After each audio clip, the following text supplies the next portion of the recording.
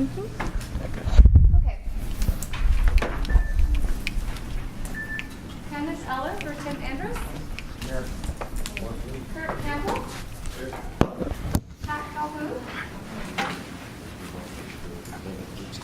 Patrick Garcia for Ray Chavez. Here. Alan Coppell. Here. Will Conley. Here. Charlie Flatten. Vic Hildebrand. Kevin Donick. Here. Tom Youngman. Here. Blaine Short for Russell Davis. Here. Glenn Lord. Here. Dan Meyer. Here. Gary Middleton. Here. Con Mintz. Here. Tommy Hill for Kevin Patterson. Ileana Pena. Here. Robert Fuente. Here. Humberto Ramos. Here. Steve Ramsey. Here. Weldon Riggs. Here. Roland Ruiz. Here. Diane Savage. Here. Suzanne Scott. Here. Greg Singleman. Here. Mitchell Sauer. Here. Heather Sumter. Thomas Taggart. Here. Ian Taylor. Here. Diane Wassler. Here. Adam Yablonsky. Here. Elizabeth McCoy. Here. Ronald Feisler. Here. Ileana Delgado. Don McGee. Marty Kelly. Here. Joseph McDaniel. Jamie McCool. Here. Carl Poole. And Tony Franklin for Rusty Ray. Here. That is it. Your vote counts. All right, thank you so much. All right, do we have anybody that is signed up for public comment at the beginning of the meeting? Nobody signed up? Okay, thank you. All right, the next item is approval of the minutes from the November 1st meeting. Did y'all have a chance to look through those? Do I have a motion for approval of the minutes? I move. Oh, I'm sorry, we have one. Oh, we had a misspelling. Oh, yes, okay. We'll get that correct. We have a misspelling on one of the names here. Kenneth's last name. All right, I'm sorry. So Con, you made the motion, and I guess Greg, you seconded? All right, all those in favor of approving the minutes with this one correction to a name, please signify by saying aye. Aye. Any opposed? All right, great, thank you. All right, the next item is the election of the officers for calendar year 2019. You know, we do this every year. The officers consist of a chair, the vice chair, which Tim's not here today, the secretary, and then I guess 2 at-large members. And just trying to see if anyone's interested in serving as an officer. Madam Chair, Yes. before you get to that point, may I Yes. just take a real quick moment to introduce Mike Frisbee? Oh, of course, absolutely. Mike Frisbee, if y'all know, Steve Klaus was our Chief Operating Officer. He retired at the end of the year. We searched nationwide, but he was right under our nose at the City of San Antonio. He's doing much better things now than building convention centers and airport expansions. Much more important things. Much more important things, Mike Frisbee.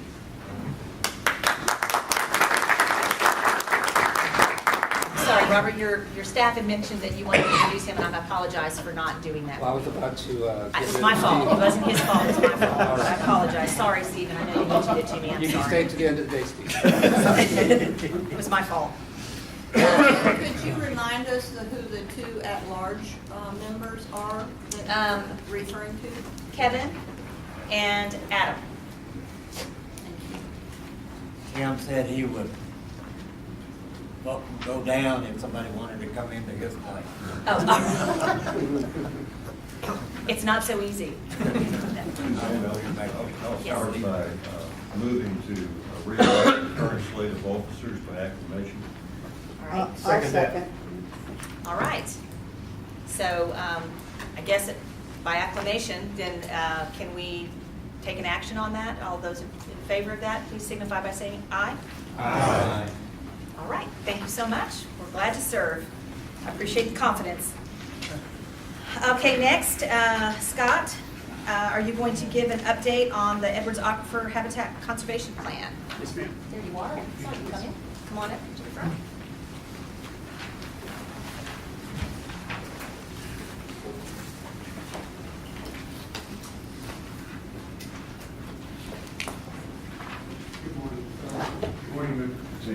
Good morning, members of the Rgeion work group. I just wanted to take a few minutes to give you a quick update since we last talked in November. Basically, where we are at the EHCP is we're now in a phase where we're moving between, in our incidental take permit, which is our permit we have with U.S. Fish and Wildlife, where we're the coordinators of that process. There's 5 permittees, as you probably know: the City of San Marcos, New Braunfels, SAWS representing the City of San Antonio, Texas State University, and the EAA. Under that permit arrangement, we have 2 phases. We have a phase 1, which was a development basically of all of our conservation measures, the ecological model, the biomonitoring model. We're doing hydrological model, looking at spring flows. So these are all the big items. There were heavy lifts and a lot of consulting, a lot of internal brain work as far as determining what these different programs would look like. Now, as we move from, that was a 2013 to 2020 phase, we're now looking at the final phase of our permit, which would be 2020 to 2028. We're determining what the path forward will look like. Effectively, what we've decided at this stage and what we're recommending to the implementing committee and then directly to the EAA board is that we continue on with the phase 1 conservation measures. They've been successful, they're productive, and they seem to be achieving what the intended outcome is, which is that we meet the conservation measures for spring flow. We need to be meeting them for a variety of species that we're working with, habitat protection as well. I would offer that we're reassessing certain things like the Canal Springs riffle beetle. That's one space that we're looking at. We're also looking at spring flow protection measures, just making sure that we're modeling as best we can to manage the resource in the most cost-effective and, I would say, most efficient way, but also hitting the target as far as protecting the habitat for these various different species that we're looking at. So we're going to continue working with SAWS, San Marcos, and New Braunfels into this phase 2. We'll have a final proposal that will go to the implementing committee in the May 23rd meeting. That way they'll have a chance to make a final decision, and that will give us what our marching orders are for the next 8 years. And as we would move forward, hopefully into a rollover of the incidental take permit, probably start negotiating that type of arrangement in the 2023-2024 timeframe. So that would be something to be aware of. Just as that we'll be moving forward into that process, because that does take a number of years with U.S. Fish and Wildlife. But I would offer that things are going well. The program is going well. Financially, it's running well. I'm very pleased to kind of have my feet under me now and feel comfortable offering, that things are moving in a positive direction. So if you have any questions, I'd be glad to answer them. Or if you need to contact me outside of on a separate channel, I'd be glad to talk to you as well. Any questions from anyone of Scott? All right, thank you very Excellent. much. Thank you very much. Appreciate it.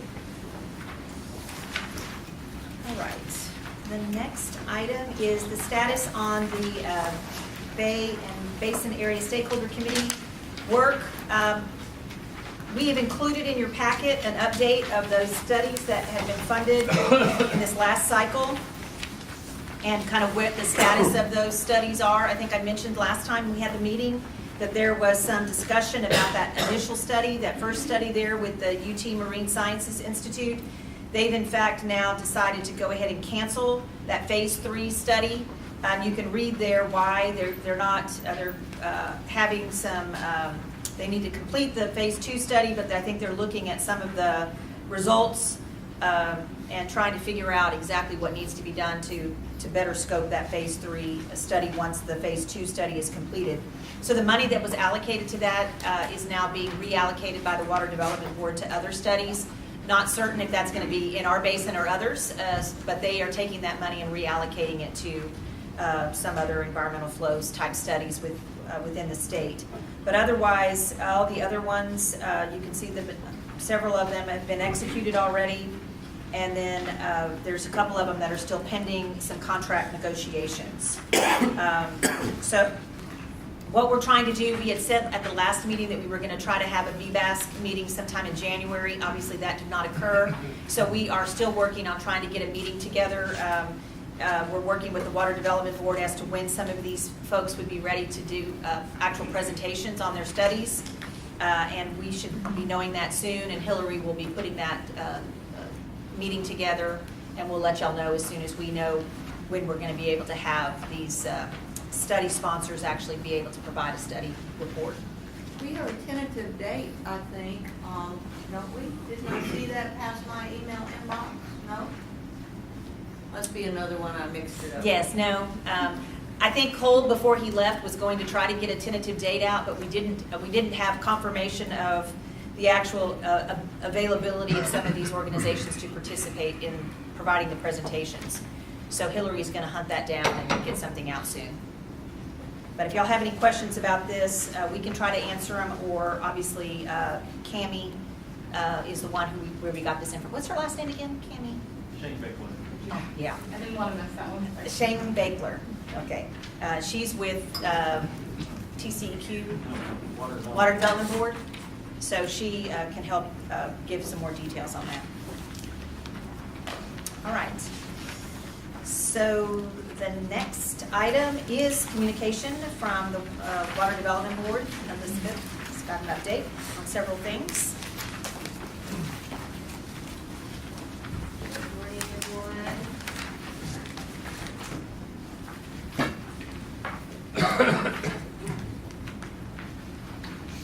I've got a few slides for you, but I promise I'll be quick. So since the November meeting, the board has received the past 5A notice to proceed submittal and hydrologic variance request for Canyon Reservoir, and we've reviewed and approved both of those documents. Additionally, the board has completed a more detailed review of the source data and methodologies that was presented in each of the tech memos. And we're going to be issuing some informal comments on those topics. And so you will not be required to issue a response to our comments. These are just provided so that you have some additional time to consider them before we go through the IPP comment and response period. We have two water management strategy evaluation tools now available. That's the uniform costing tool and the conservation planning tool. I kind of gave you an update that those would be available at the last meeting. So now you can find them on the Water Development Board's website. Additionally, at the December 13th board meeting, the board approved the third amendment to the 2017 state water plan.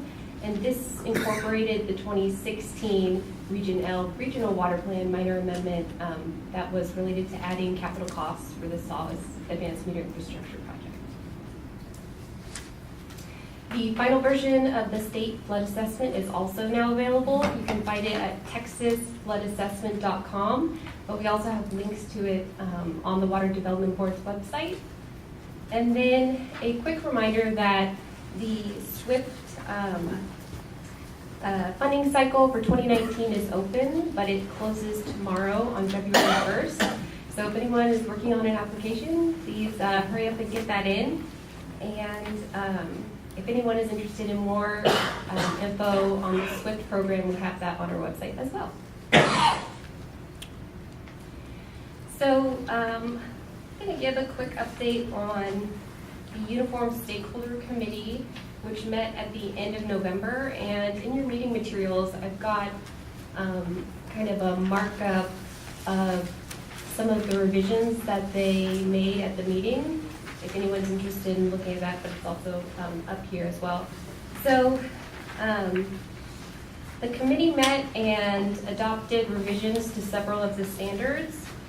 The standards 1A and 1B, which are related to the decade of need, were updated to reflect the current planning horizons. Standard 2A, which is related to project feasibility, was revised to add some additional clarification to the 5-point value. And then standard 2D, also related to feasibility, was revised to remove a reference to the 2016 plan. So relatively minor updates to the standards. An updated Water Development Board guidance document is also going to be available for planning groups to use during the prioritization, but it is optional to use. And then it's anticipated that the board will consider approving these revised standards at their February board meeting. And just, I'll add on to that, I was part of that meeting. I did go up to participate in the meeting in November, and again, there's not a huge appetite to make any changes to this document because there's a lot of dominoes that start to fall when you start to look at changes in this document. And as we all recall, this effort really feeds into a larger scoring mechanism that's used by the Water Development Board. So this is kind of a smaller component of a larger matrix. So I think the work that was done when Con was in this role is still standing pretty firm, and I think many of the same people that were involved then are still involved now and know what it took to get to the place that y'all got to then, that they really don't have a real appetite to do much changing at this point. So the small changes that you saw here were really just clarifications more than anything else, and updating, of course, the decades. All right, I've got one more thing for you. The Water Development Board has recently launched the Texas Water Service Boundary Viewer, which was developed to facilitate the collection of digital maps for all community public water system retail water service boundaries in the state. And this map can help answer questions such as which public water system serves a population or supplies water to a specific address. It allows the public to view and download service boundaries and also access historical use data and drinking water watch information. So the primary purposes are listed here, but it's to collect accurate retail water service boundaries to better estimate and project utility population for the regional water planning process, and then to develop a GIS database reporting tool to improve the delivery of water data and public water system information to the public. So here we've got kind of a snapshot of what the tool looks like. And I've got a handout for you. I think everybody got one, which has some specific information on how to access the tool. And then at the bottom, contact information if anyone has any questions. We're happy to answer any questions that you have. But we're encouraging stakeholders to let people know about the tool, and then utilities need to log in and verify or update their service area boundaries. And in the future, we're hoping to link more public data into the tool and have it grow. That's all I have for you. Any questions on anything? Okay, thanks. Elizabeth, one thing, I know that Steve Robbie participated on the chair's conference call for me because I was in Austin on the 29th. But I think of all the things that were stated there, looks like the Water Development Board is going to be putting together some educational materials. Yes. And for use not only here by the regional planning group, but also just for the public at large. Yes, so thank you for the reminder. We have recently put together an educational one-pager on unique stream segments and unique reservoir sites, and that's to aid the planning groups and the public kind of understand what that process looks like. So I have a few copies of that today if anyone's interested in taking a look at that. And then, if any members of the planning group or the public are interested in getting materials produced, the board is happy to look into that and help. One of the ones that I think they were talking about on the conference call, which I think would be really helpful, is the project prioritization process and kind of how, what all goes into that. I think you're going to be putting something together for that, and that came up in the uniform standards meeting that we had in November, that they felt having some good information about how all of this works together would be very valuable to the public. Yes. So, thank you. Thank you, Elizabeth. All right, next is from my chair's report. I just wanted to, we put in your backup material, obviously the legislative session has started, bills are starting to get filed. We've included a couple in here. Now, obviously, there are lots of water bills that are specific to different issues of groundwater and surface water and all kinds of things. The things that we did want to just note, there was a few bills here that have been filed. There may have been other bills filed even since we put this list together that maybe your individual organizations are tracking, and you can offer those here. But there was a couple of them that were a specific note to us. One is the HB 723 water availability models. You know, we've been talking for some time here, as well as through the BBAS process, about trying to update the water availability model for the San Antonio Guadalupe area.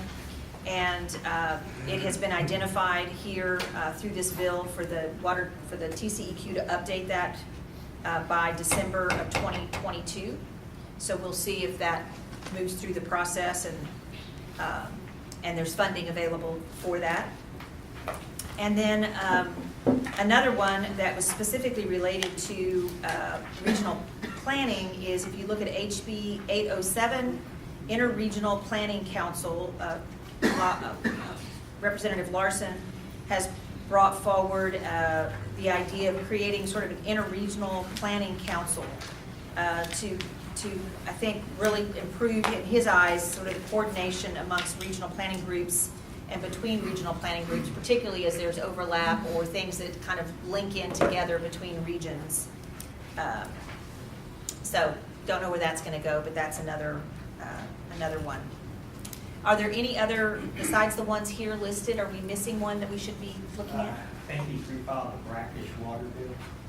That one's gonna, I don't know if it's gonna cause problems, but in my mind, it seems like it does. There's a draft report out for GMA 13 that has, last I saw, the last draft had 4 circles in it. And the way the bill's written, that if you have those circles, then you gotta create brackish water rules for those circles. And those circles have a modeled amount of water. So, and it says that a district has to permit that amount. And so when I put those circles on there, and then I put the plans that are in the regional plan, I think Saws has 2, Schertz-Dean has 1, Canyon Regional has 1. And in the regional plan, there's more water in the regional plan than's in the model. So I don't know if that means, what that means for the regional plan. And then that's supposed to be, those circles are where the best place for brackish water is. Okay, well, some of our plans aren't even in the circle, they're outside the circle, farther up toward the outcrop, which is supposed to be a worst case because you're going to affect the fresh water. So I'm not sure what implications that has for the plan, but those are the issues I see if that passes. And then it passed last time, but the government, so that means it probably will pass out. So it's just something to think about. And the other thing, it says that the water in those circles are to be ignored, not ignored, but it's over and above the max. So I'm not sure how we deal with that, because it's over and above the max, we won't meet our DFC. So we can't ignore it, but it's sort of saying to ignore it. So I'm not sure if that's for the plan, for Region L, so you can have more water in it and ignore what the max says and get it in the plan. Maybe that's what, I'm not sure what the reasoning was, but it says it's over and above. So that's an issue that may be an issue. Okay. The bill says it's over and above the max. Yeah, that I'm not sure how it's worded, but it says that whatever's in this circle is not tied to the mag, which in reality it has to, because we never meet it. So I'm thinking maybe it's a planning tool that in the region L, yes, you can have more water than the model says should actually be pumped. I don't know. Or maybe they're thinking that the brackish is not necessarily considered in the mag. But it's Because considered I know it's because the considered, mag- it is. Yes, it's already considered. It's in there. So- Yeah, interesting, okay. All right, well, do you have a bill number for that by any chance? I don't remember. Okay, we'll look it up. I'm sure that we've got it on our tracking. House Bill 722. House Bill 722. Do you have any additional comments on that? or- No, it's subject to interpretation, but it'll get worked out. Okay, perfect. Any other bills that others feel are worth noting for the planning purpose? All right, well, we're off and running with the legislative session, so by the time we meet again, most of the work will be done. So we'll give you an update next time as to where some of these bills have moved. Next, we have our consultant work schedule.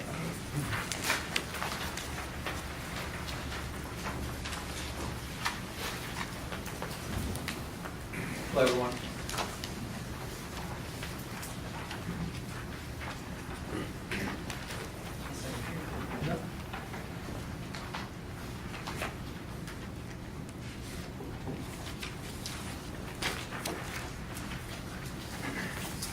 So a couple items under this agenda item. First, our schedule.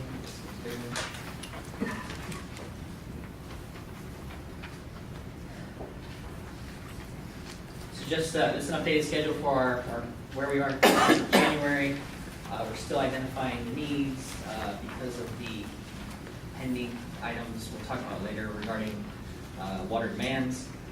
We are identifying water management strategies as well, and I'm started evaluating some of those, and we're kicking off on that. And that's going to be the big part of 2019. Again, our IPP is due in March of next year. We have a lot of work to do between now and then. With the final plan due in October of 2020, we'll have our public hearing and/or hearings after the March IPP due date, probably in April. Traditionally, this group has done 3 of them kind of around the region, usually all crammed into 1 week, and we get to tour around and see each other a lot of times. So, but that's a bulk of the work right now. Any questions on the schedule? I might get more details about water management strategy evaluations later and everything. Just concerns or comments. So, also under this agenda item, I wanted to just briefly point out that we have a handout out. It has a list of projects that Black & Beach and their sub-consultants are working on in the region. If you recall, we talked about doing this fairly regularly. I think at every meeting it slips meetings. I haven't updated it, so I want to make sure I get a new one to you. Granted, it doesn't change a lot every 3 months or so, but you wait a year or so and it changes quite a bit. So take a look at that list. If you have any questions, you want to talk to me or one of our sub-consultants. I think we have a representative from the other 3 sub-consultants, which is Jimenez Associates, SWCA Environmental, and Davey Stevens and Associates. They're all here today, so if there's a question about a particular project, those are the water-related projects we're working on in the region as of now. Some of them very new, but they are there. And then finally, Ms. McCoy mentioned that the hydrologic variance for Canyon Lake calculation on a daily time step has been approved by the Water Elm Board. Our intent to make that run in the month of February and get the database updated quickly so that we can full assessment needs on those who rely on Canyon Reservoir water. So that's all I have on this agenda item. Is there any questions, comments? Yes. On the public participation and plan adoption, are you having meetings out in different areas around? Is that what's happening? Yeah, well, so what happens is we have our regularly scheduled quarter meetings here. Once we have submitted the initiative prepared plan, which is the draft regional water plan, and the board kicks off its review as well as other state agencies, and it's available for the public to take a look at. We are required by water and local rules to have at least one public hearing at a location where the general public can come in and talk about anything of concern within that document. They want to. Okay, so these other ones that are there, those are our quarterly. Those are our quarterly. They're not out, okay. No, those are quarterly. Yeah. All right, that's all on that one. All right. Next item is the discussion and appropriate action regarding the amendment to the adopted population and water demand projections.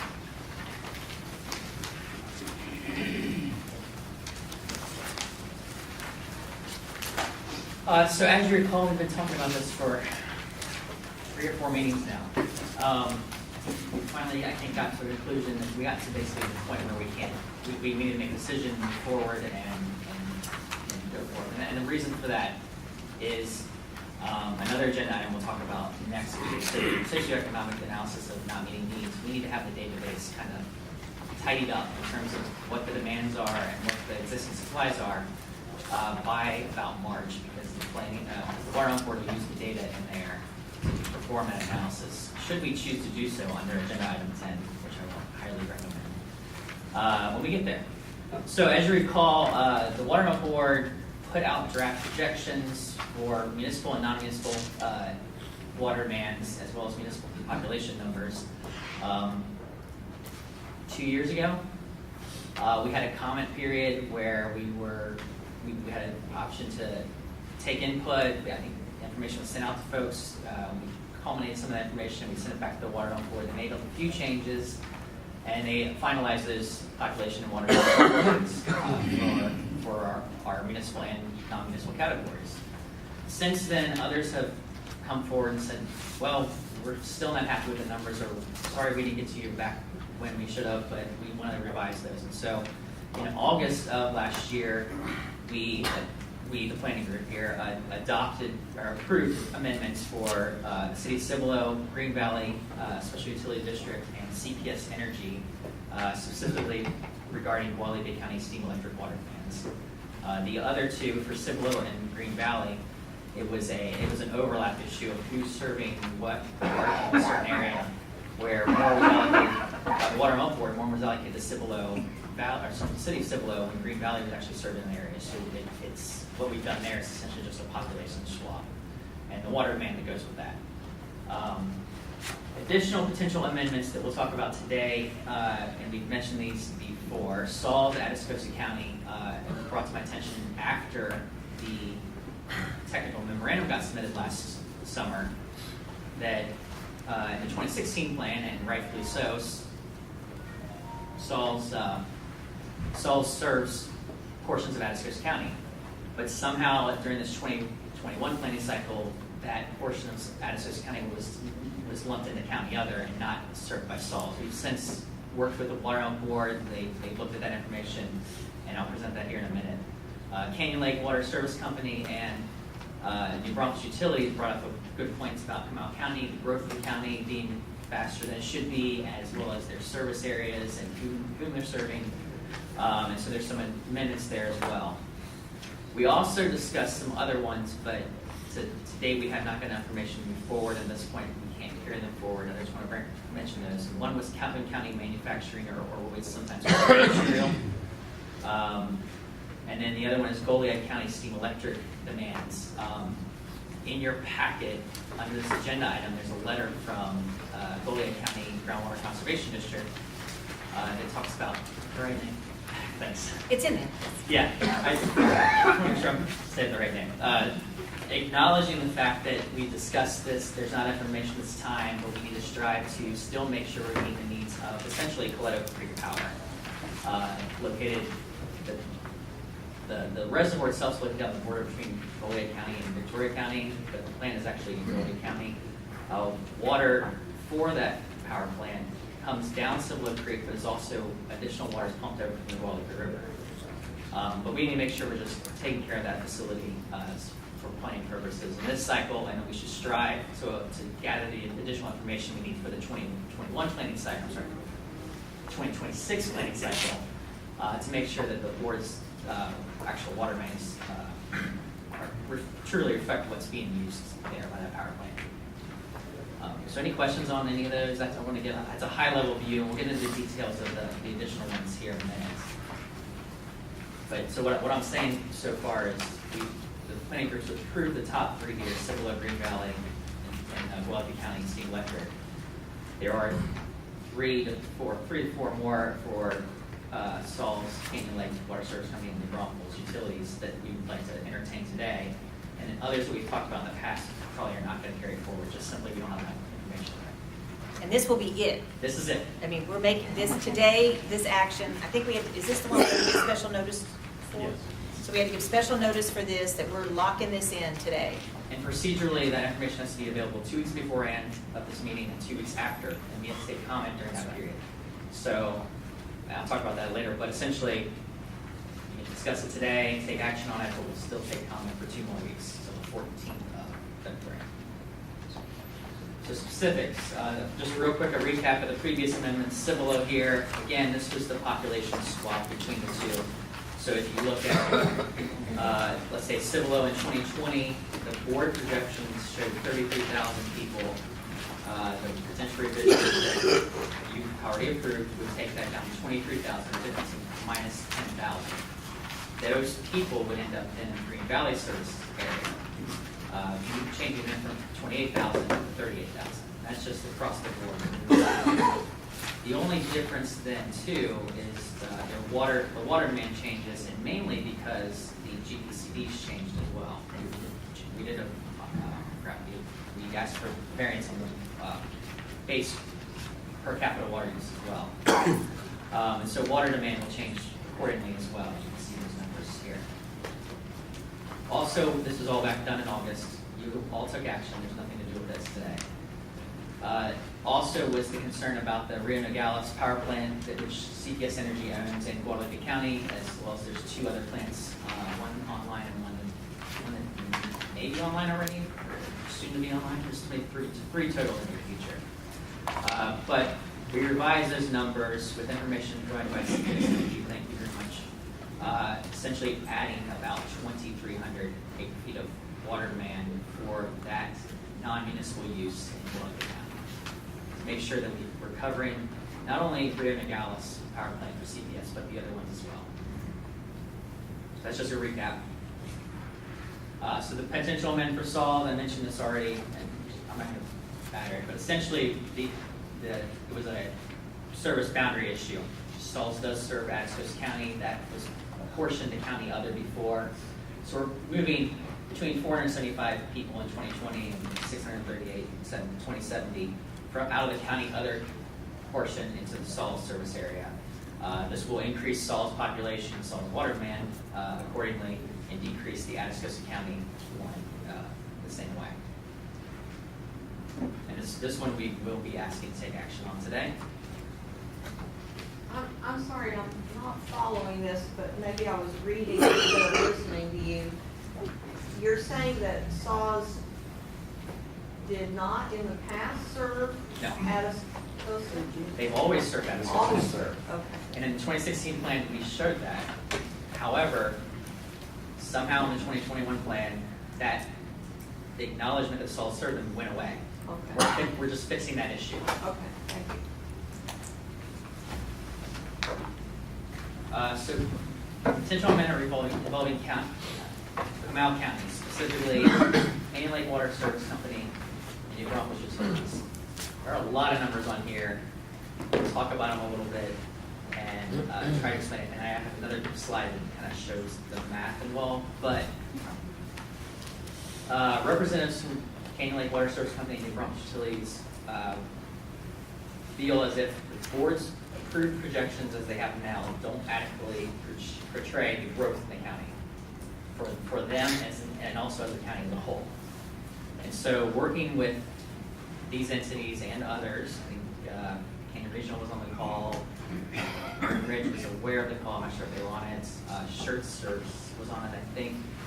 And then Water Board as well. We had a phone call to try to work through some of these issues. So what was agreed to on that call was that board would go back and look at projections for the county as a whole, and just what they had projected versus more recent information. And they found they were willing to increase the population as a whole in the county, which is rare. If you remember, usually when we are trying to move population around, we want to keep county total the same. They acknowledged Comal County is growing faster than they thought it would. And so they end up adjusting their numbers upward. In addition to that, during this call, the parties involved agreed that the growth in the Comal County other category probably is going to be fairly stagnant. There's not going to be a lot of growth. The folks that are moving in are primarily going to be served by New Braunfels Utilities or Canyon Lake Water Service Company. And so with that, the Comal County other numbers are, it's proposed that the Comal County other numbers, instead of showing this growth of 21,000 in 2020 up to 33,000, 34,000 in 2070, we hold it steady at the 2016, 2017, 2018 number of around 7,000. Just hold it across the board. And any growth that would occur then would occur in these two utilities. So instead of Canyon Lake having a population of 114,000 in 2070, the new potential revision would show 127,000 in 2070. Likewise, for New Braunfels, instead of showing 167,000 people in 2070, the potential revision would show 208,000, almost 209,000 people in 2070. And then the water main kind of just follows. Essentially, it's just that we're moving people around, we're adding people because of the board's change, and the water mains are just still calculated off the same GPC base.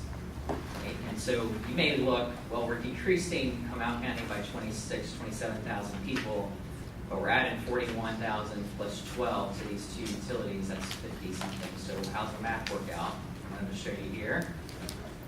So between, just looking at decade 2020, and you can do this in any decade you want, as an example, just Canyon Lake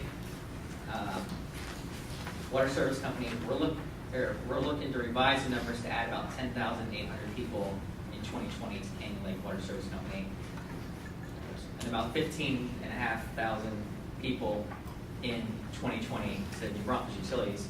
That's an increase of 26,352 people. We're decreasing Comal County other from the 21,000 number down to 7,000. That's only 14,000 there.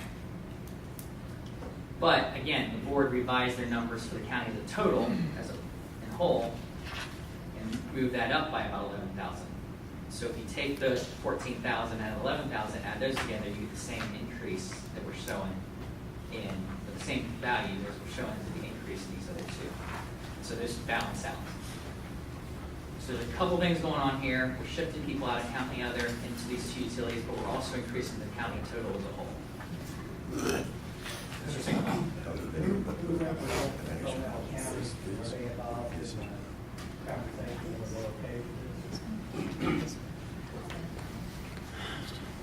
I can't remember if there was any specific person on the call from Comal County, but there were various representatives who reside in Comal County and represent other entities. Like I mentioned, Shirts was involved. Canyon Regional was there. Garden Ridge. Garden Ridge and others. And then certainly Canyon Lake and New Braunfels were involved. The Water Board was involved, and myself. So it's kind of a consensus decision and an agreement. And honestly, these go back real quick. These numbers, the revision of Canyon Lake Water Service Company and New Braunfels, they're not getting everything they want. They'd rather show higher numbers. But this was a compromise that was made based on what the board was comfortable with in terms of moving people around and increasing the values in that county. So this didn't negatively affect any other municipalities or water utilities here in the county? No, other utilities that we're allocating from, like Garden Ridge, they stayed exactly how they were before. We're not changing that at all.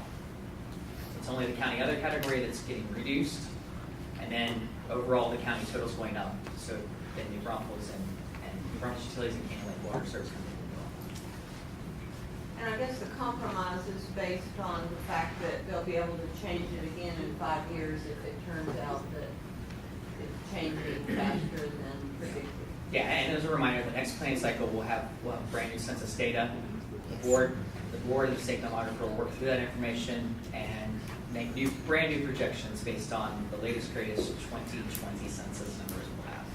And we anticipate we see that information probably early 2022, I would say, because they have to, it has to get the information processed through the U.S. federal government, has to get disaggregated out by the state demographer, and then processed by the water home board. So it's going to take a little time.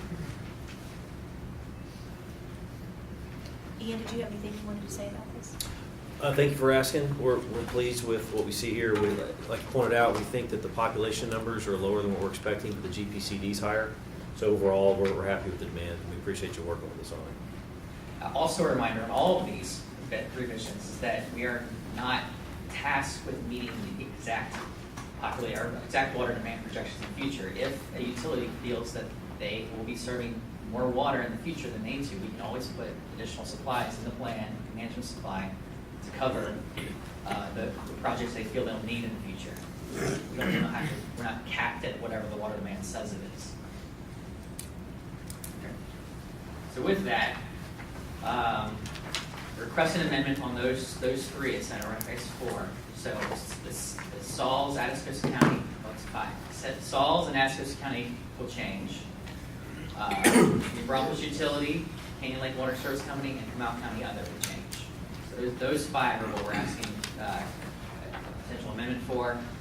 The Water Home Board has previewed this request already, and they're hoping to receive comments from the other agencies relatively quickly. And I've been told once our 2-week period ends on the 14th, they want all the documentation in their hands on the 15th, so we can just get this processed by mid-March, late March, and into the database.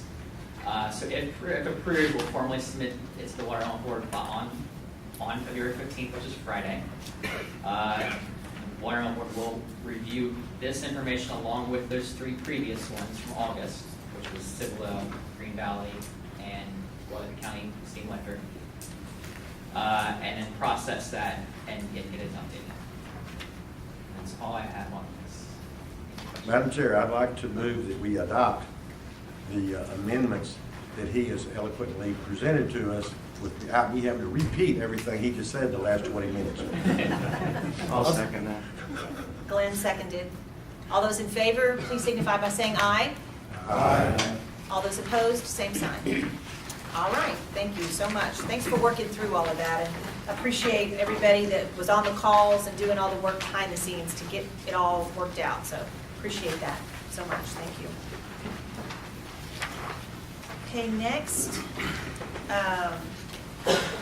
This is the discussion on the requesting the board to conduct the socioeconomic analysis. I can talk real briefly on this. So we as a state have completed 4 planning cycles. We are currently in the 5th one. There are 16 regions. 4 times 16, 64 plans have been made, regional plans have been made. The Water Home Board requires the presentation of information regarding the socioeconomic impact of not meeting needs, unmet demands, shortages. And that analysis goes in depth about, what it hypothesizes. What if we have all this growth and we don't build any new projects at all? What would happen? What would happen to jobs? What would happen to school enrollment? What would happen to the population? What would happen to just the economic status of the state, essentially? In those 64 previously done regional water plans, only 1 has actually done the work themselves, because the Water Home Board conveniently will do this information for us. It was Region H, and it was the first planning cycle, and they swore they'd never do it again. So we have always asked the Water Home Board to do it. I'm here today to ask you to ask them to do it again. Because from a budget standpoint, from a time standpoint, and just the data acquisition part of it, it could be very time consuming. when the board is perfectly capable and gives us an excellent document that presents that information for us already. Any questions regarding that? Now, I guess they conduct the study, and then do we have to adopt it, so we get it presented in a draft form, and then we have to adopt it, or as part of the plan, or separate from the plan? It's part of the plan. They give us essentially like a report. It's sort of like a technical memorandum report. And we take that information, and that report becomes an amendment to the, or attachment to the plan. And then we kind of summarize it, I believe in chapter 7? I don't know, 6 or 7? I can't remember which. It gets summarized, essentially. Okay. We're just summarizing that information. And that's where this planning group can comment on how they feel about that information. But, Okay. but what they give us is actual, like, they produce a finished document. Okay. Which one? It might be 11. Oh, maybe it is 11. I think some of those chapters moved around a little bit. It's one of those chapters. Now, I understand they want this motion in a specific language. Is it? I think as it's written on the agenda would be sufficient. Okay, so the caption? Requesting that the board conduct a socioeconomic impact analysis and meeting needs for 2021. Okay, would someone like to offer that motion? So moved. All right, thank you so much, Tom. A second for that motion? Second. All right, we'll give it to Weldon. Seconded. All those in favor of this action, please signify by saying aye. Aye. Any opposed? Same sign. Perfect. Thank y'all so much. All right, we're moving right through this. It's great. All right, item number 11. We're really getting into the work, so Brian, why don't you go ahead and give us an update on where we are with the water management strategies. Got the first block and then the blocks that you need for us to consider. So, I will apologize now, there's a lot of information. I will go through them as quickly as possible, but not to the point where if you have questions, please stop me, or comments or anything. If you recall, we kind of set the schedule for tackling the scoping and feeing of water management strategies kind of in blocks. So we talked about the first block in August last year, and in November of last year, you approved the scope and fee for 11 water management strategies. I have a list for you. And then in November, I gave you a list of 19 that I wanted to go and scope and fee and bring back to you, and you said sure. So we are here to present 18 of those 19. I'll talk about today. So 11, assuming you would, and then at the end of this 18 block 2, you would approve hopefully all or some of those.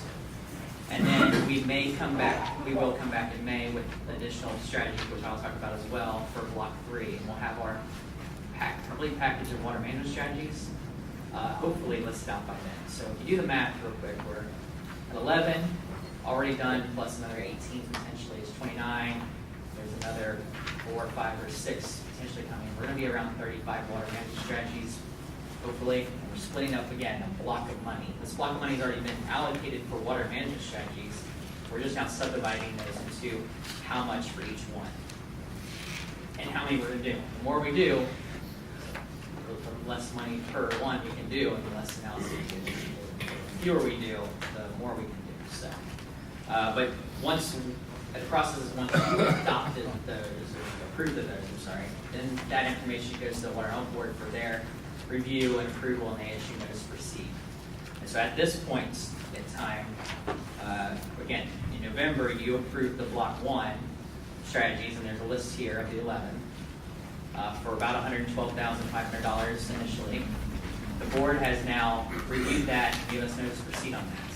And so we can start work on that. In fact, we can actually start work at risk the moment you guys approve it, but with the thought that if the board has any concerns or changes, we may have to make do or rework some work there. So given the time crunch, we're probably going to have to do that with this block, just so you know. But those are the strategies that you already approved. So now I want to go through those 18 that talk about for block 2. This is all in your packet. Point out to you. So the first one is the Alliance Regional Water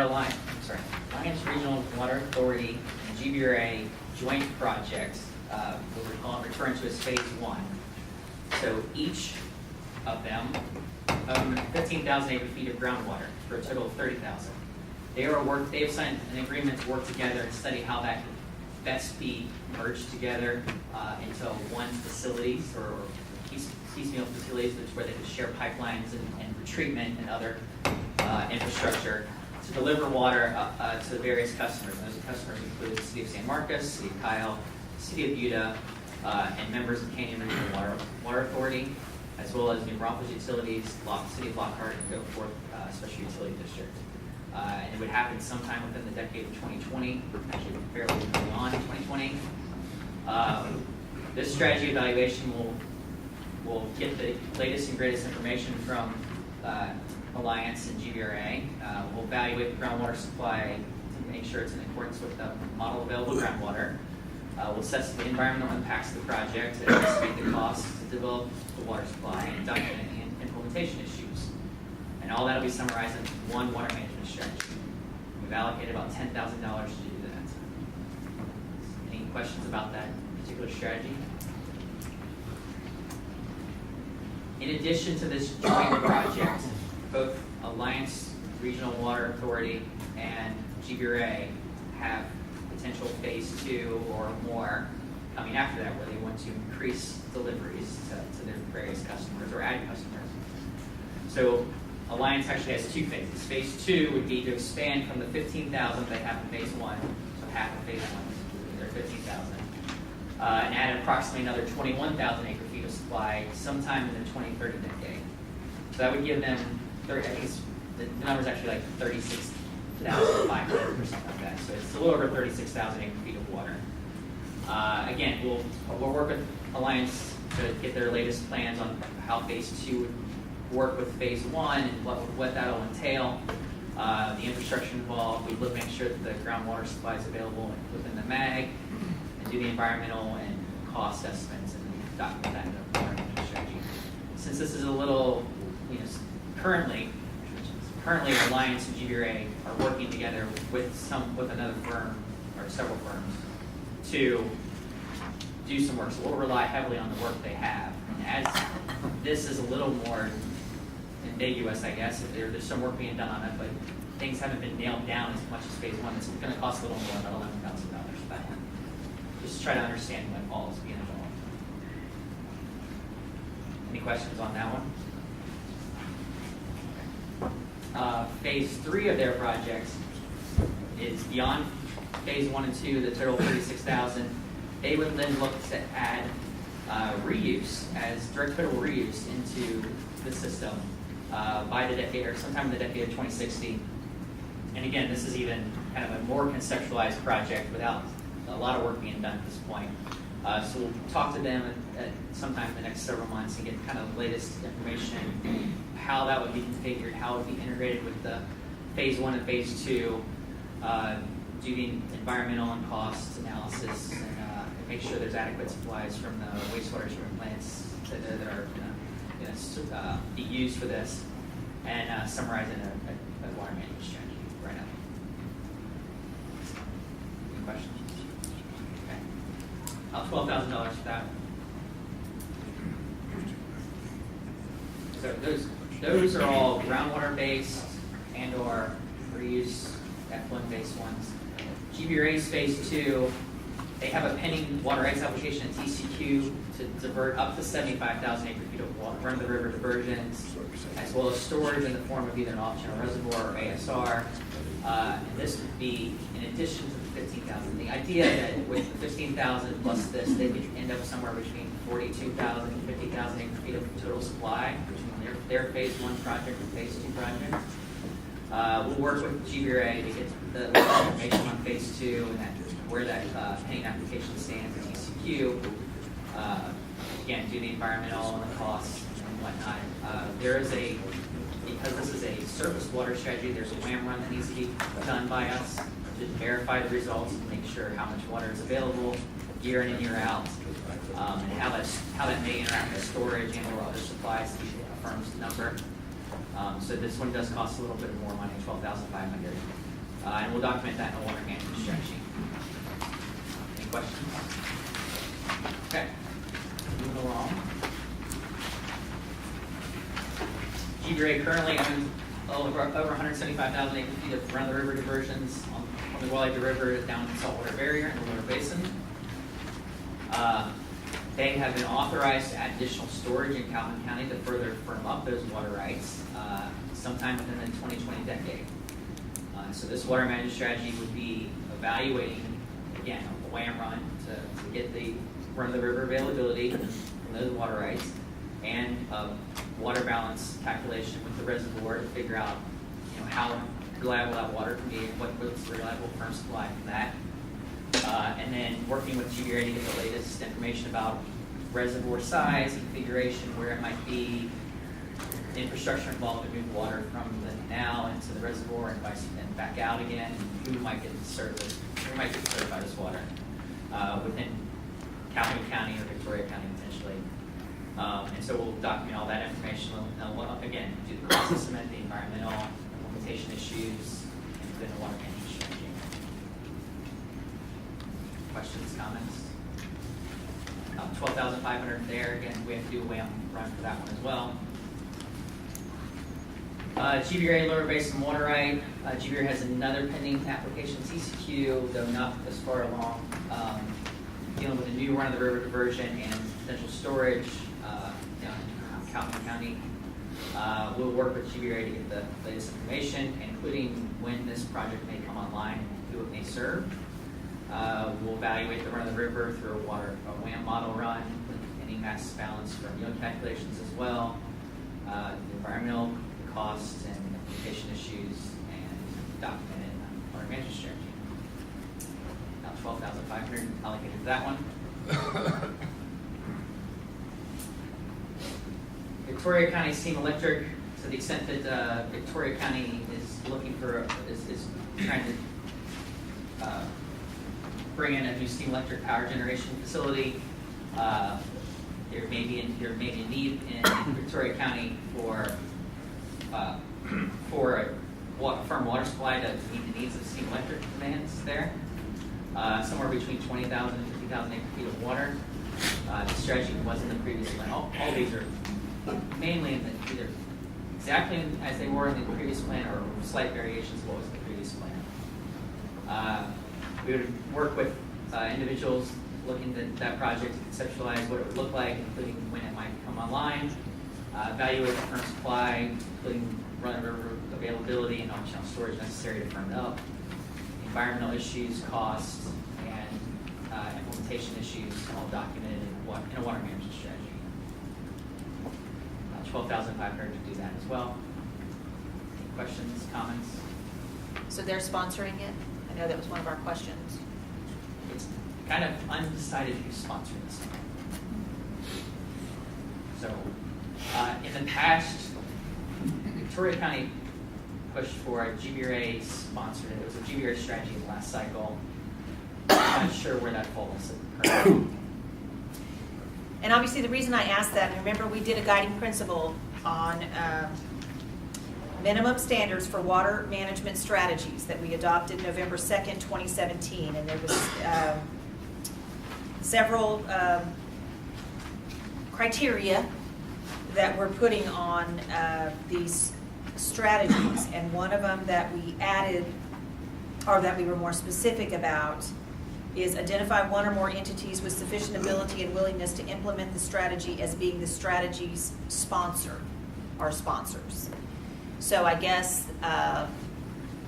we need to figure out during this analysis who's going to be the sponsor of this project or any of these projects, just to confirm it, because that's a requirement for the strategy to be evaluated. One of our guidelines. So anyone wants to sponsor, just jump right forward. GBRA and Victoria County will get together and talk about this. Thank you. We'll look for some guidance. Next one, bottom of page 2, is the Canyon Regional Water Authority Wells Ranch Phase 3. If you recall, they have a groundwater project. It's been done in phases. Phase 1, Phase 2, complete and operational. They yield about 13,000 acre-feet of water currently. The strategy seeks to expand that by an additional 5,000 acre-feet or so of treated brackish groundwater in the 2020 decade. Again, we'll work with Canyon Regional specifically and get the latest information from that. We'll make sure the groundwater fits within the model available groundwater, do the environmental costs and implementation issues, and document the mitigation strategy. About $11,000 for that one. Canyon Region also has the Siesta project. It's a surface water project on Cibolo Creek. They own and or lease. They have lease agreements for surface water along the creek already. And they also have a MOU. Okay, yeah, I did that. Sorry. I just remembered something I was supposed to include. I included it. They have an MOU in place with San Antonio River Authority as well as Cibolo Creek Municipal Authority, and they've been discussing an MOU with Green Valley SUB for treated effluent discharges as part of this project. Conceptually, this project is a surface water rights project on Cibolo Creek that are not firm, backed up by treated effluent discharges in direct reuse, essentially, from one or up to 3 of these entities. An implementation decade could be out in 2060. This evaluation would look at the latest plans with Canyon Regional and ascertain exactly which water rights they own, which ones they lease, which numbers all those are, understand their MOUs that they have in place for the treated effluent discharges, and the facilities necessary to develop the project. We'll do the WAM run as necessary to see the reliability of those water rights that they own or lease, and then do the environmental impacts, the costs, and the implementation issues, and document that in a write-up. Any questions on this one? 12,500 and requires a WAM run. So the next one, Cibolo Valley Local Government Corporation has a Carrizo project in the last plan, and this updated that one. It's up to 10,000 acre feet of groundwater from the Carrizo Wilcox Aquifer in Wilson County to meet the needs for the cities of Cibolo and Schertz within the 2020 decade. We will work with Cibolo Valley Local Government Corporation to get the latest plans. We'll evaluate the groundwater supply available against the MAG. We'll look at the environmental impacts of the project, the cost, and the implementation issues, and document that all in a strategy write-up. About $11,000 to do that one as well. Okay. Schertz Local Government Corporation is going to do an expanded Carrizo project in Guadalupe County. They currently have a well field in Gonzales County that yields about 17,000 acre feet of supply. This is an expansion of that by adding an additional 6,000 acre feet of water, groundwater, out of Guadalupe County within the 2020 decade. Again, we'll work with Schertz to get the latest plans. We'll make sure it fits within the MAG. We'll do the costs, the environmental and implementation issues, and document a water management strategy write-up. I feel like I'm saying this thing with lots. About $10,000 for that one. Schertz has another project called the Brackish Wilcox Project in Gonzales County. In addition to the 17,000 that they currently have in Gonzales County, they're looking to add another 5,000 acre feet of treated brackish groundwater for Gonzales County sometime in the 2030 decade. We'll work with them again to get the latest plans and make sure it fits within the MAG and do all those other things in a write-up. Start short. About $10,000 for that one. Out to page 4, New Braunfels Utility is looking at potentially adding an ASR project to be implemented in the 2020 decade that would store excess water supplies when they're available into the brackish portion of the Edwards Aquifer for subsequent use during dry periods. And this is something they've been working through with EAA about how you can store in the brackish portion of the Edwards. We'll document all that information in this write-up. We'll talk to New Braunfels Utilities about their latest plans. We'll make sure that the evaluation includes how reliable the water is in terms of mass balance with the ASR system. We'll do all the other environmental costs, implementation, and document the strategy write-up. About 12,000 acres left. $12,000 for this one allocated. New Braunfels Utility Trinity Well Field expansion. So they own and operate 4 Trinity wells in Pinal County currently. They're looking to expand that Trinity aquifer supply in the 2030 decade. We'll work with the utility to get the latest information on how big that'll be, how many wells, where, when, how deep, capacity, all that stuff. Do the environmental cost, implementation issues, and summarize the information in the document. Braunfels Utilities Scheme Project. They're currently in discussions with the CSD to develop an interconnect between the 2 utilities. This would document that where New Braunfels Utilities would receive quantities of water from Seguin through this interconnect. We would document that water and that transfer, work with New Braunfels Utilities to understand that, get any environmental impacts of building the interconnects, the cost of the development, supply, implementation, and document. About $8,000 for this. There's no groundwater runs or groundwater assessment or WAM runs associated with this. City of Victoria is looking at considering an ASR project implemented in the 2020 decade to store excess surface water flows under their existing permits in the Gulf Coast Aquifer for subsequent use during dry periods. This would work with the City of Victoria to understand their plans and exactly how that would be configured. We'll evaluate the mass balance of the ASR system, ensure firm, reliable supply, and do the environmental costs and implementation associated with the project. Write it up in a write-up, Mr. Middleton. Yeah, my question is, demonstration project that we're doing on this ASR has already been initially complete. So we're fixed to start pumping water within 30 days to see if the demonstration project is successful. Okay. And this strategy is written up in such a way that you're going to evaluate whether this is feasible and it can be done or it will be done, and water balance and different stuff. That work's already been done, and I'm just questioning the $10,000, $11,000 to evaluate something that the city's already doing. Is it at scale already? The demonstration project, or No. is it going to be bigger? If this proves that our bubble got created, we quit pumping, I think, on January the 31st. Okay. And we will start pumping back out of that bubble next month. Or it may be 30 more days. I can't remember the dates. Yeah. But since the demonstration project has been completed or should be within 30 days, I don't understand the evaluation to the extent you're describing here. City's already done that work. So it's just a matter of you justifying or showing what we've done. Now, to fully implement it, we've got budgeted in 2021 a much, much bigger well than what we're currently using. Okay.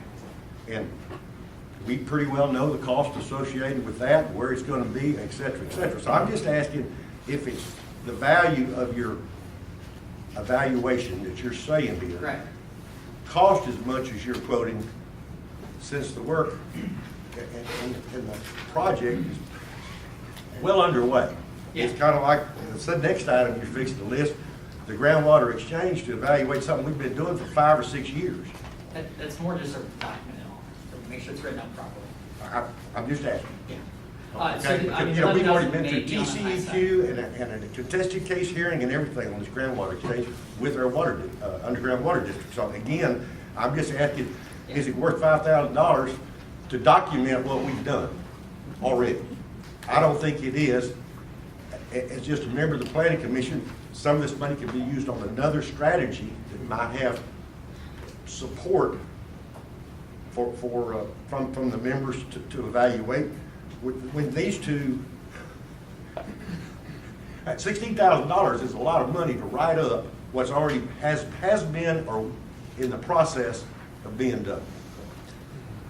Brian, well, I can see how assessing the environmental impacts is something that they'll have to do, but my question really is, if you say that it's gonna cost $11,000, then it only costs $5,000, then you tell us about the savings and it's available to do the kind of work that one other project might run over on. That's correct. So these are all estimates because we don't have the full information. That's why I say specifically we're going to work with these individuals to get the latest information. They're estimates. To the extent we save money on one, we spend more money on another, and it may balance at the end. I'm trying to just allocate which strategy we're going to evaluate into what, and estimate what detail it may be. It may change. And in fact, if we end up saving money across the board on all of these strategies, we may be able to spend some more money on the cumulative effects or something else in the plan too. So there's, within our contract with the Water Home Board, we're not beholden to these numbers specifically, but we're also not, each task where there's a plus or minus amount that we can go over on each larger task. This is part of task 5. And so we're not held to exactly those numbers because we simply just don't know until we get to the nitty-gritty details. So, Robert, did you? Yeah, I also probably misunderstood the ASR project in terms of I thought the demonstration was a small scale of a much larger project, many wells. If it's just one larger well, that it may not be 11,000. It may only be 8,000 or 9,000. But we do have to. I know costs are developed. You have to account for the water. I understand that. We also have to make sure that those costs are translated to regional planning costs for the Water Home Board. We have to do an environmental assessment in accordance with what the work group told us to do. I totally understand the other requirements from the Water Development Board. I'm just, in the write-up, it talks about evaluate the source water and the reliability of it, the availability of it, and the water mass balance and et cetera, which, that's taken our consultants' work that's been completed and just rewriting it in the manner in which Water Development Board requires it, and I just felt that the 11,000 might be a little high on that end is all. Am I correct, Madam Chair, that the money goes to the Texas Water Development Board and then they send it over to Sarah, then Sarah actually pays it? And so he did a great oversight at Rgeion at one of our quarterly meetings, questioning the scope of the work and whether it's actually necessary. And are these expenditures for 2019?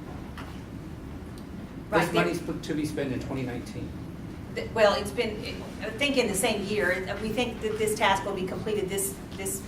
All the water management strategies have to be completed by our November meeting. Yeah. Essentially. So, Yes. so that's my question is we don't have, who does the oversight? Who does what he just did right now to all these other projects? How do we know that we're getting the bang for the buck? How do we know what they are charging per hour? For example, I'm sure Brian has an hourly fee. Right. Is Brian doing all of these, or somebody else at Black and Beach doing some of them? What are their rates? Right. So all of that, where's that oversight And I coming from? believe all of that is in their contract, correct? Yes. So why don't you, Steve, explain how y'all do the oversight as to the hours that are being spent on these various tasks? Well, Black and Beach will submit an invoice, which we evaluate and compare to the contract terms. And of course, the specific budget for each of these is what is adopted or approved by the planning group. So that, we have that. Of course, with this whole process, if the planning group agrees to these particular water management strategies and the respective scope and budgets, then, we submit that to the Water Development Board. The Water Development Board issues a notice to proceed. That notice to proceed is a contract amendment, where they then specify that funds that have already been authorized can now be spent on these very specific water management strategies. So then, Black and Beach will do that work, and then we'll present the results of that work first at the staff work group, just to make, as a check that the work has been completed appropriately, and then at a planning group meeting. So every one of the planning group members can have their assessment, was that work done appropriately, and did it, answer the questions that we were seeking to answer. I guess the estimate of hours and associated cost, I mean, we have the schedule of how much the hourly rates are for you and whatever team members. That was part of our original agreement, I guess, with y'all. Y'all submitted that, I think, if I remember something.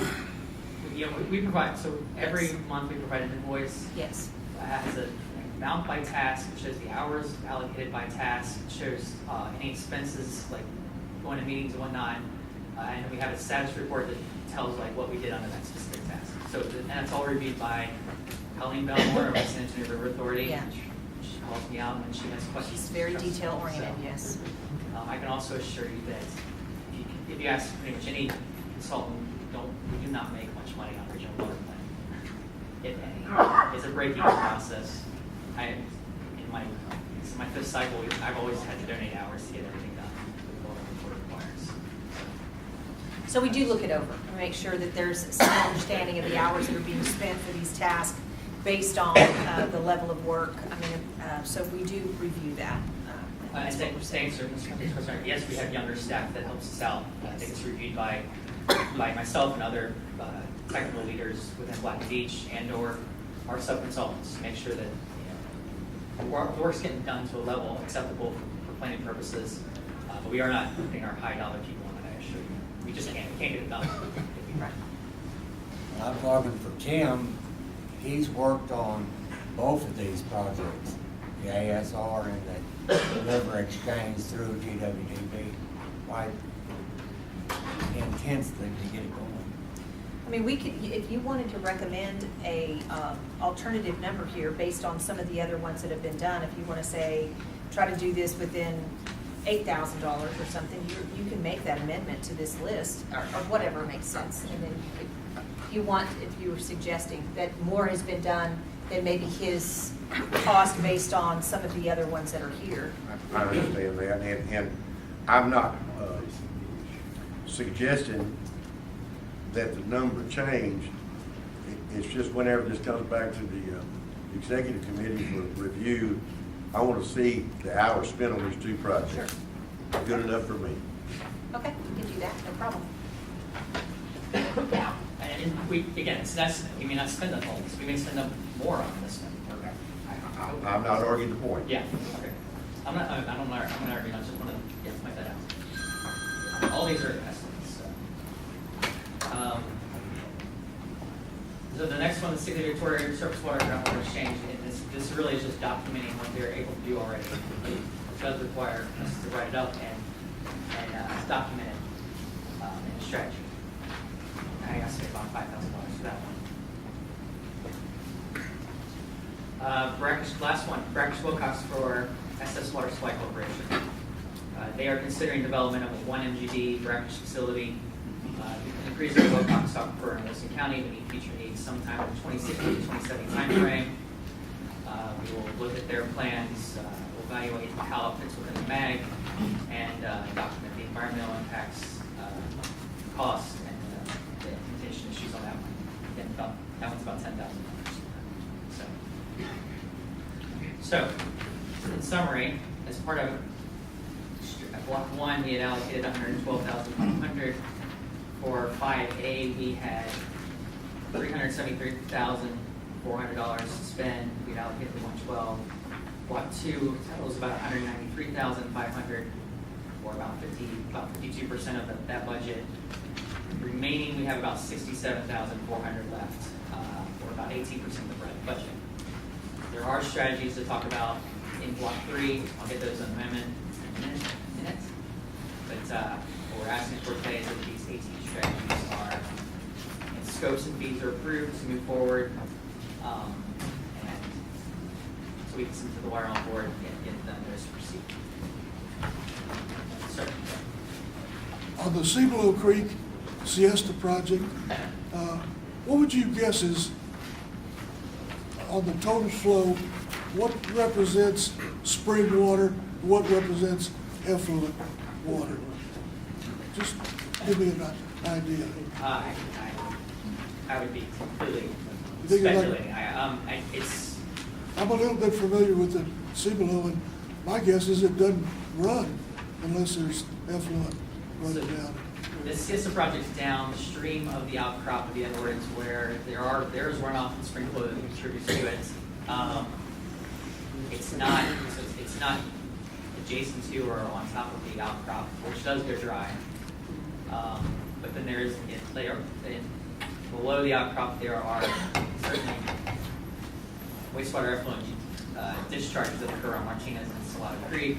They contribute to the flow in Cibolo as well, but in terms of the percentage, I mean, in wet times, it's probably, significantly run off the spring flow. During dry times, it's almost completely effluent. I was just thinking, you might as well pipe water from effluent plants directly to this proposed drinking water treatment plant. It's not something for Canyon Regional to consider. We can talk to them about that. Yeah, it's just a comment. Yeah. I don't want your action on it. Well, I think that the concept here is to take advantage of runoff and spring flow when it's available, and then back it up with effluent when it's not. So and that does require a WAM run, so we can see which years and months there's water available for runoff and when there's not. All right, so he is requiring action on this Block 2 request so that we can then move it into the next item, I think, is action to give us direction to negotiate that. Move to approve Block 2 for scope and fees. All right. Do I have a second? Viviana? All right. All those in favor of approving the Block 2 for analysis, please signify by saying aye. Aye. Any opposed? Same sign. All right, great. So we're moving forward with that. Can I talk about Block 3 real quick? Yes. So, since our last meeting, I've been talking to folks and understanding there's some other projects that we may want to scope and fee. So I'm asking for your consent to go back and develop scopes and fee for 7 water management strategies here. I mentioned Uvalde ASR previously. That was one of the initial 19 I wanted to present today. I have had trouble reaching out to both the city officials and their consultant that brought this to us last time, CBS Murray, I think is the name of the firm, in San Antonio. I cannot confirm that they want this project still in there. It's a carryover from the last plan. I'm assuming we do. We can just update the information based on what we had, but it would be good to be in contact with somebody from the city itself or their consultant to get the best information available. As such, I didn't feel like I had enough information to pull this forward, so I pushed it to Block 3.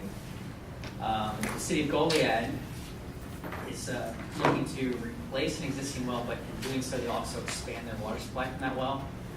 I've reached out to their consultants, and I have a little bit of information on that, but I want to get more so I can develop a scope and fee for that. But it's kind of a well rehab plus expansion. So it does add new water supply. There's an expansion portion. And there's been some news clippings about the city of Kennedy looking at a Rgeion aquifer supply near Falls City. We can try to get more information about that. Let's develop a scope and fee for that one as well, to see if we need to include it.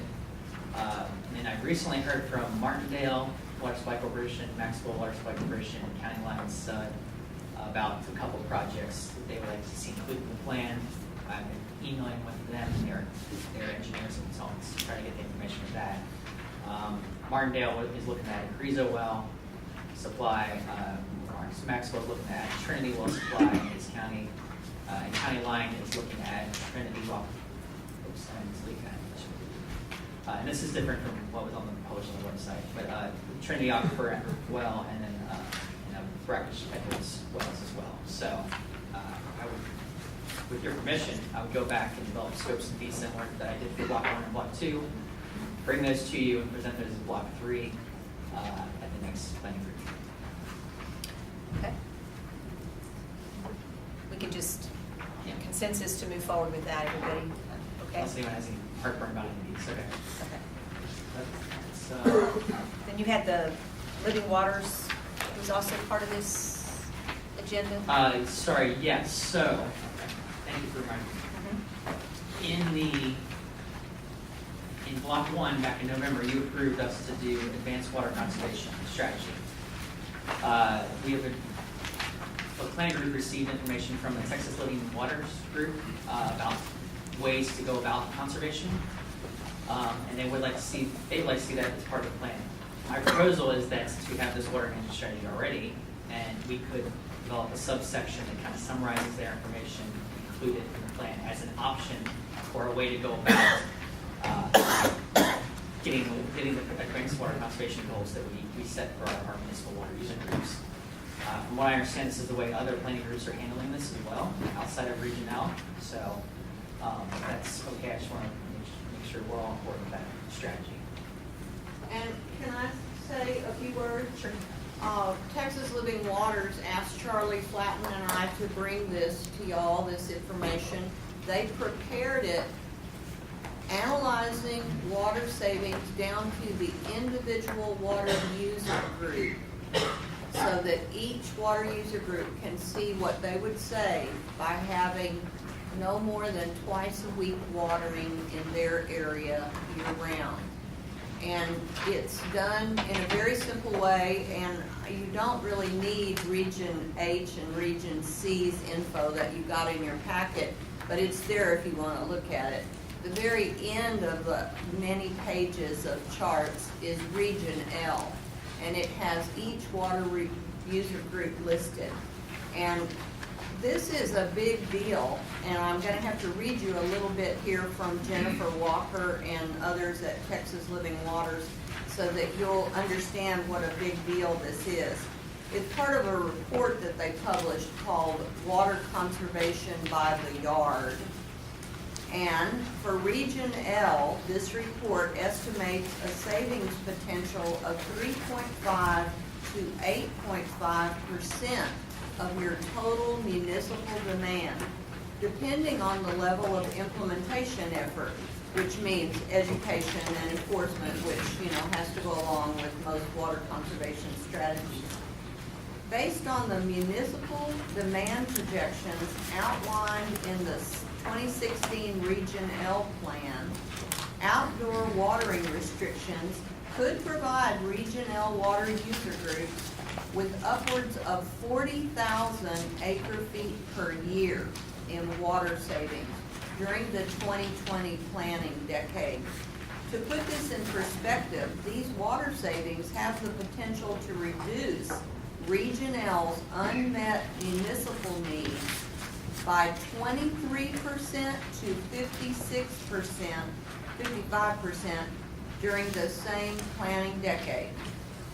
Moreover, by incorporating the savings from outdoor watering restrictions into the municipal conservation targets, Region L can more than double supplies from municipal conservation water management strategies.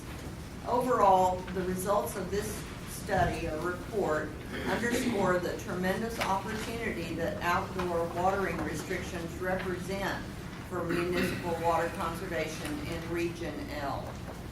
So this is provided just as information that could go in our, like maybe appendix, I guess, attached to this water conservation strategy. And I, for one, really appreciate the detail and the analysis that Texas Living Waters Project did. They're just trying to provide the 3 regions that have the biggest municipalities in them with the information that they need to really do a lot of water savings.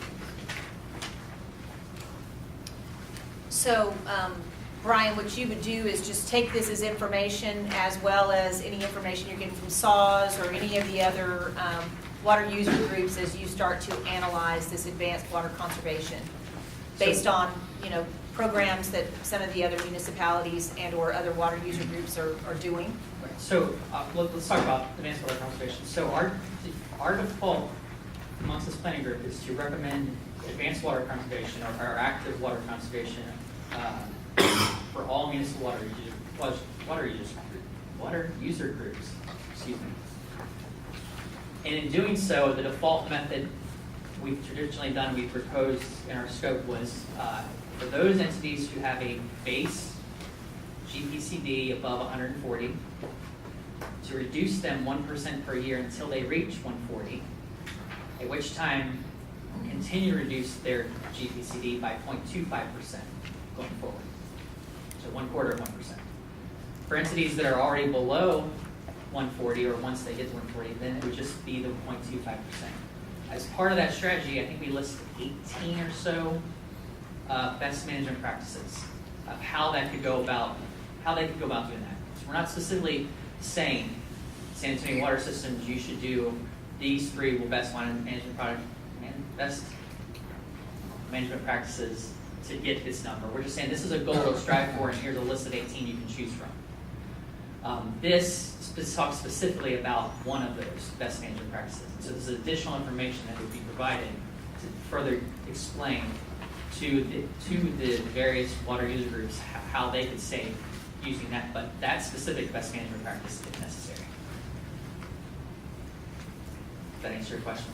But that list is comprised of best management strategies that may be also being looked at by those water user groups. Yeah, it consists of a list of, looking at rebates for high efficiency washers. It looks at toilet retrofit programming. It looks at educational programming. It looks at once or twice a week lawn watering. It looks at rate structuring. I mean, all of those are included in this list of 18 best management practices.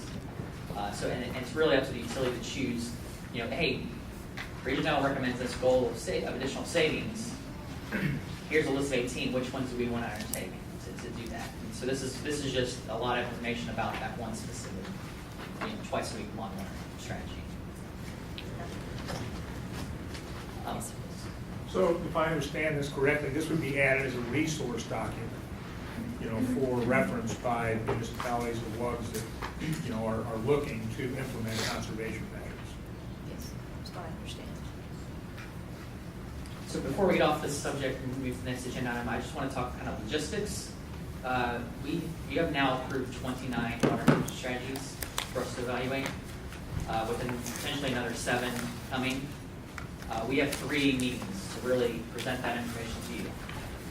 May meeting, the August meeting, in November. Because once we get November, at that point, we better be putting our plan together to meet that March 2020 deadline. So I want to give a warning up front that the next 3 meetings are going to be pretty heavy on water management strategy evaluation, and just kind of get an overview of what we do to present that to you as a group and have that process.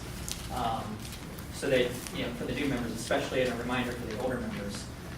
So we've already started on some of those from block 1. We've already started the evaluation. I just didn't have it ready for today to present. They will be presented in May. Not all of them, some of them will wait till the end because we want to get the best information, like stuff like balancing storage and the facilities expansion. We want to make sure those are kind of all-inclusive as possible. So you'll probably see those more in November. But we did start on advanced water conservation, actually. We started on the 2 for SOLs as well. When we present those water management strategies, there'll be a PowerPoint slide or PowerPoint presentation for each one of those. Typically, we'll have a slide that talks about what it is, just describe what the strategy is. If there can be a map, because not every strategy has infrastructure to map out, but if there's a map available, we'll put a map in there so you can kind of have a visual of what's going on. We'll discuss the water availability and what the results of our analysis were. Well, this is an off-channel reservoir, and the firm yield is this based on the WAM run, and this is how often they got water from the river, and this is how much they relied on reservoir water. We'll talk about the environmental impacts, we'll talk about the implementation issues, and we'll summarize the costs and take. So really, it's about a 5 or 6 slide presentation you'll see. At the same time, we're developing doing the work and evaluating this, we're also writing up a document, a section of the plan. It's a subsection of 5.2 or something within the plan. We will try our best to have the sponsoring entity to review that information prior to presenting it to you. So, for example, in Regional Water Authority, they have a handful of strategies. As we perform that work, we start writing that up and building a presentation. I'll send it over to Umberto and David Davenport, have them kind of give an overview or read over and tell us, yeah, this is on point, this is what we're doing accurately, and then if there's any revision, we'll do that, so that when we present that information to you, we can give you the best information possible. And so just from a process standpoint, that's kind of what we're doing between now and May and August and November. With 36 strategies, we're probably looking at about 12 per meeting. I'll try to keep that balance so we're not sitting here going through 30 at once. But again, that kind of is dictated on how much work we can get done between now and May and August and November. So the end goal is that by November we have presented to all 36 of those, well, 29 at this point, but potentially up to 36 or more. Up to you by then. So kind of your review, approval, and buy-in, I guess. Okay, so just a couple of things. I think based on the principle number 7, it would probably be good that your presentation at least cover these 6 things that were on the list of minimum standards for water management strategies, so that we can tick off that at least these are being covered in anything that we're considering. And I guess at that time, we don't necessarily, we go through all of the strategies before we make a determination of what would be considered recommended, alternative, et cetera. That comes later in the process, once we have them all in front of us. We're not making decisions about that along the way. We make that after we have them all. So you can make decisions along the way, especially for on a water user group basis. So if we, at the point where we've presented all of Saul's strategies, let's say, right? We know their need. We know they have this suite of water management strategies, and they would like to recommend these and have these as alternatives. I mean, we can kind of tackle those as we go. We don't necessarily have to wait all the way till November to do that. So will you then have all SAW, using your example, will we have all SAWs together at one time? No. Or will that be over a couple of Actually, meetings? no, they probably so. They only have a handful of strategies this time, so. Okay. Yeah, it's potential. It's possible. If we get 2 in May and one or 2 in August for SAWs, let's just pick on SAWs from now. If we could make that decision by August. Because it says here, prior to designating any water management strategies as recommended, the planning group will review the water management strategies to evaluate cost and environmental sensitivity of each water management strategy. So we would have to have, I mean, obviously that's going to be part of the minimum standards. So, I'm just trying to go by what we promised we would do. So yeah. I want to be sensitive to that process. Yes, sir. Just one question I would have, of the proposed strategies, are they all proposed as recommended, or to be recommended rather than alternate? And is there any sense in looking at doing the recommendeds first as a group, and then the alternates in the event that we would get into a time crunch, or, I know that we have strategies come in very late sometimes that may not be on this list. Does it make sense to try to, deal with all the recommendeds first before the alternates, or would that be too clumsy in practice? I mean, going over this list in my head real quick, and not all of them, but I would say most of them are proposed to be recommended this one. There may be 1 or 2 that the entity might want to be as an alternate, but I think they're mostly recommended. But again, we get into this, all of these are now starting to kind of get together, because then that management supply issue and where we are with the amount of water, if you have all these recommended strategies that have, so I have to refresh our memory on how we're supposed to deal with that.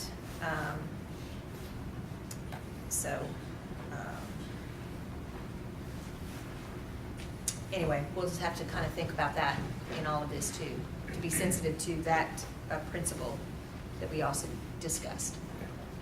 So let's really kind of look at those several principles to make sure that in what we're presenting, we're being mindful of the direction that we had at the beginning of this process to ensure that we are responsible. Okay. All right. Anything else on this? So what he's warning us is the days of getting out before lunch are over. So let's try to make this one so we can get out. This will be your last time. So be prepared that these meetings will last longer once we start getting into the strategies. It's been a nice break. Yes. And SAWS does have good food. Yes, they do. They do, thank goodness. All right, so now we need to, we have item number 12, which is an action authorizing the River Authority to request a notice to proceed from the Water Development Board, authorizing the consultant to Sarah to work with the Water Development Board on any of the follow-up information that might be required, and authorizing Sarah to negotiate and execute the subsequent Water Development Board contract amendment that will be issued following the notice to proceed. So moved. Second. What she said. Okay, so Diane motioned, Gary seconded. All those in favor, please signify by saying aye. Aye. Any opposed, same sign. All right. We are done, so we will move that forward. All right, then item number 13 are possible agenda items for the next regional planning meeting coming up in May. Obviously, we're going to be spending a lot of that time on these water management strategies. Is there anything else that we would need to have? Yes, sir. So I just want to bring this to our attention. It doesn't have to happen in May, or not necessarily, but I want to put it in people's mind. There is Chapter 8 of the plan, which is the policy and recommendations part. And it's really the opportunity for the planning group to make recommendations to state agencies, to the legislature, et cetera, or just state their policies. That's a document, that chapter has evolved over time.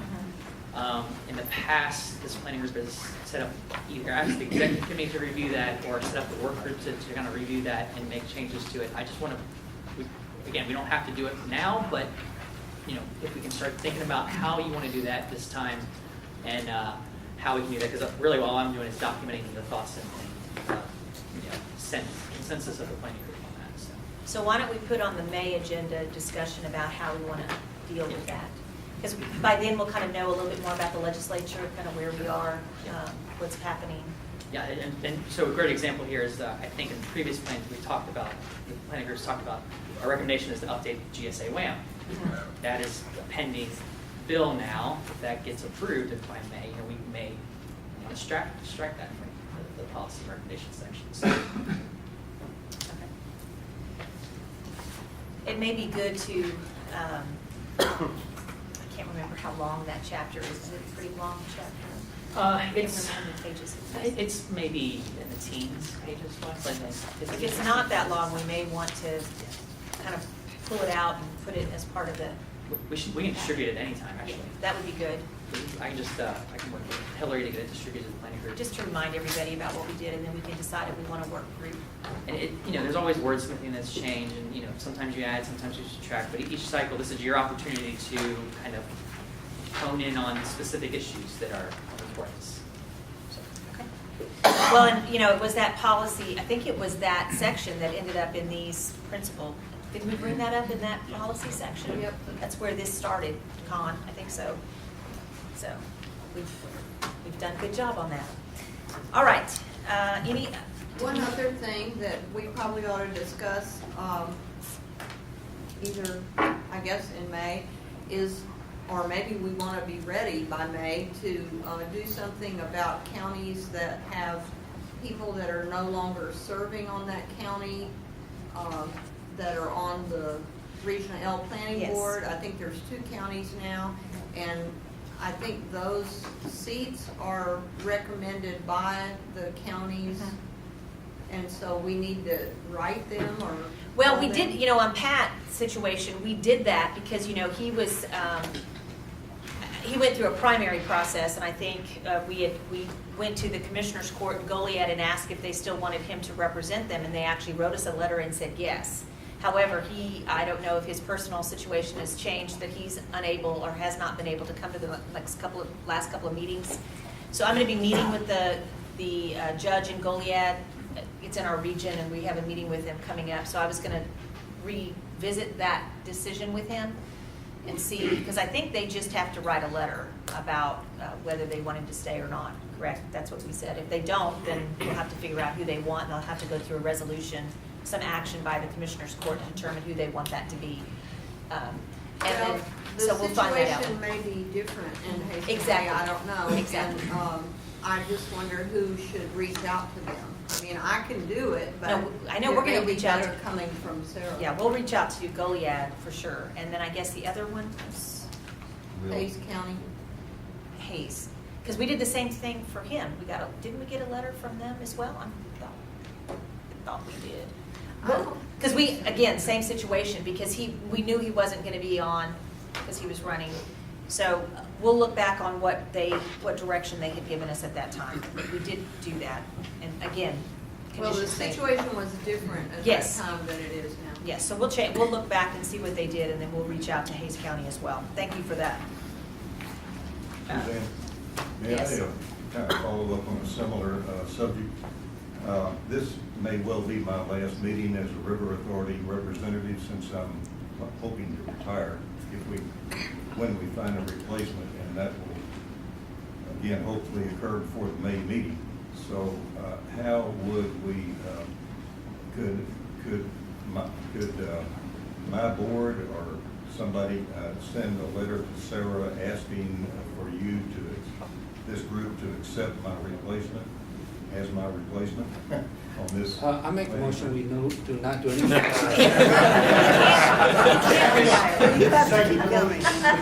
I said I make a motion that we don't do anything at all, actually. Yes. Anyway, I just want to know what the proper procedure is. Okay. I know we've done that before. Yeah, particularly for the interest groups where candidate pool is fairly limited, like river authorities. There's only 3 in the region, and they're all represented. So the planning group could say, yes, we still want that many river authorities, and being there's only one that's at issue here, then they could request some guidance from that board as to who their representative should be. So the planning group could do that. Okay. I think we did that in Because I know we did something similar for. with the EAA. Okay, sure. Well, why don't we put that on the agenda for May? That means you can have to come in May. What? You'll have to be here in May. Really? I guess this might be the time to also mention that I'm going to retire this year, but y'all are not going to be so lucky, because as to get rid of me, not that they're lucky to get rid of you, because I am appointed as representing the public by the League of Women Voters. They're the ones who nominated me, and I still remain a member, and I intend to carry on until I drop dead. Well, Todd, I think this would be a proper time, just in case if you do not come in May. There are a handful of individuals that are on this board that y'all created.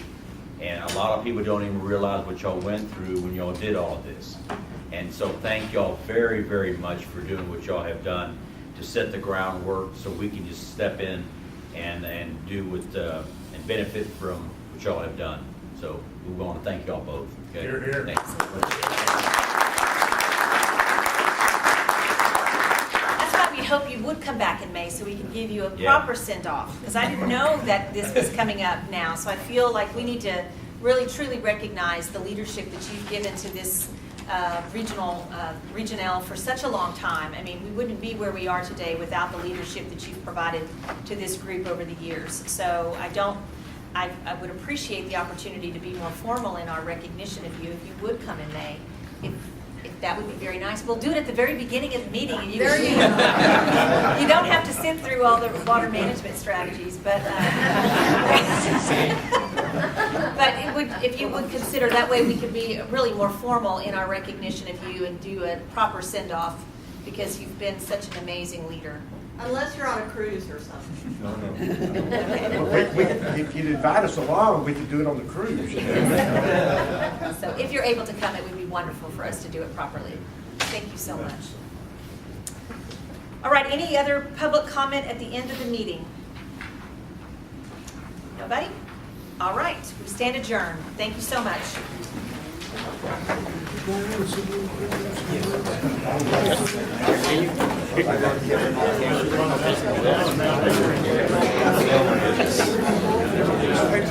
So those,